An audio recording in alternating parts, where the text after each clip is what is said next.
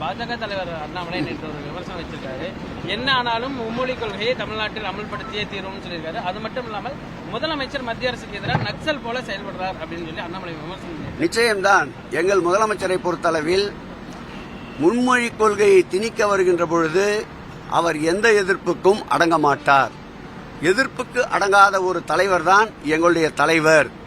இந்த ஆட்சியின் மீதும் மக்களின் மீதும் விருப்பத்திற்கு மாறாக எதை திணித்தாலும் தமிழகத்திலே இருக்கின்ற ஒவ்வொருவரும் அதற்கு வெகுண்டெழுவார்கள்.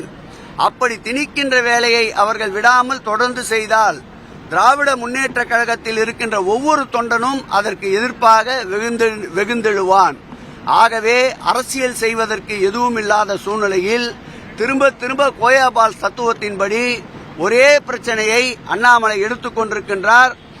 2026ஆம் ஆண்டு நெருங்கிக் கொண்டிருக்கின்றது. மக்கள் அவருடைய செயல்பாடை விழிப்புணர்வோடு கண்காணித்துக் கொண்டு வருகிறார்கள். அதில் பெறப்படுகின்ற அடி இந்த தேர்தலில் பாரதிய ஜனதாவிற்கு தமிழ்நாட்டை பொறுத்தளவில் மரண அடியாகத்தான் இருக்கும்.